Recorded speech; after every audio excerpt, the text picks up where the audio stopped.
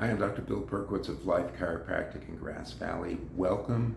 Today I want to talk to you about the 5 core components that I've found over more than 35 years of practice in successfully treating chronic headaches.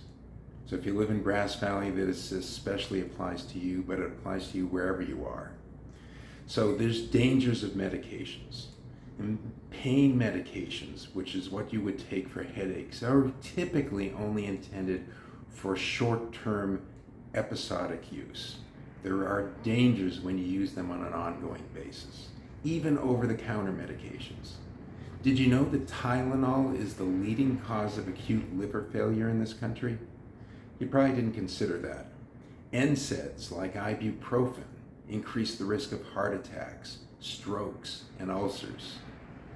And the prescription medications for pain, one of the side effects, drum roll, get this, is headaches.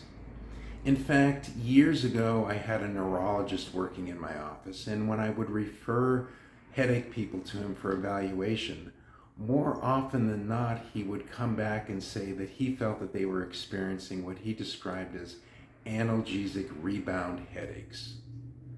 So let's talk about the 5 core components. And as you listen to this, keep in mind that this is all about restoring balance. I have a belief that the body is self-healing. And if you're experiencing chronic issues like headaches, it's a sign that your body is struggling to come back to balance. So rather than fixing the headaches, really the focus is on helping your body return to balance. So here are those 5 components. One is the upper cervical spine.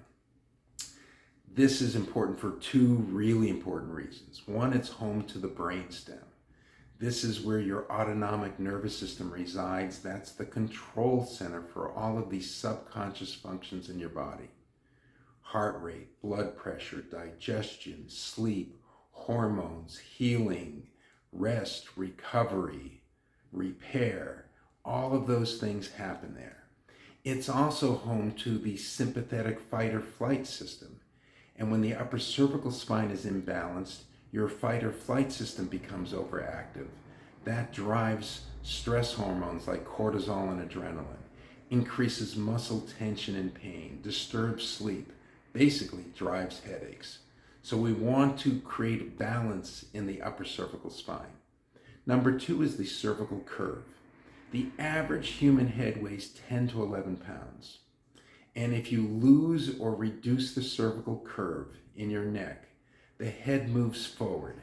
Every inch that it moves forward effectively adds another 10 or 11 pounds to the weight that your muscles of your neck are holding up. Try this. I often say to people, what if I gave you 50 pounds to hold a 5-pound weight for 5 minutes? They'd say, great. Easiest $50 I ever made. $50, not 50 pounds. But then I say that you have to hold that weight out away from your body. Put your arm out straight. You probably couldn't hold it for a minute, never mind 5 minutes. That's what happens when your head moves forward of your shoulders. It adds weight to the muscles of the neck, so we want to put that curve back in. Number 3 is joint motion, and this goes along with the 1 and 2. We want proper mobility of the joints of your entire spine. If you think about it, what is a joint there for? It's there to move. You don't have a joint in the middle of your upper thigh because it's not intended to move there. If it does, we call that a fracture.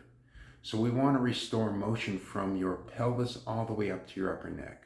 Just motion in the joints where it should be will reduce the level of pain. Number 4 is structure. We want balance in your structure. You can do this with someone else. Stand in front of a mirror, look at the level of your hips, your shoulders, and your head. They should all be level. Your brain is working all the time to keep you level with the horizon. When you are unlevel, especially starting in your pelvis, it creates compensations up the entire spine, creating muscle tension and pain. And when it gets to the upper neck, it has nowhere else to go. And that is often the source of headaches.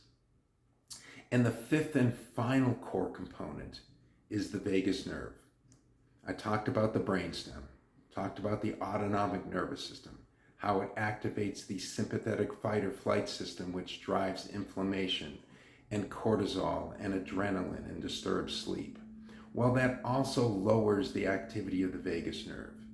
And the vagus nerve supports rest and relaxation and healing and recovery, lowers inflammation, supports quality sleep and digestion and a lowered heart rate. But the longer you've had an issue that's activated that fight or flight system, the more we really have to exercise the vagus nerve and exercise it over a period of time. This is the key to healing. The first steps is we want to remove that tension and interference from the vagus nerve, and the second step is we need to activate it. Make sure to subscribe to my social media channels where I post information on a regular basis. You can also find great information on my website, lifewithinchiropractic.com. Thank you and have a great day.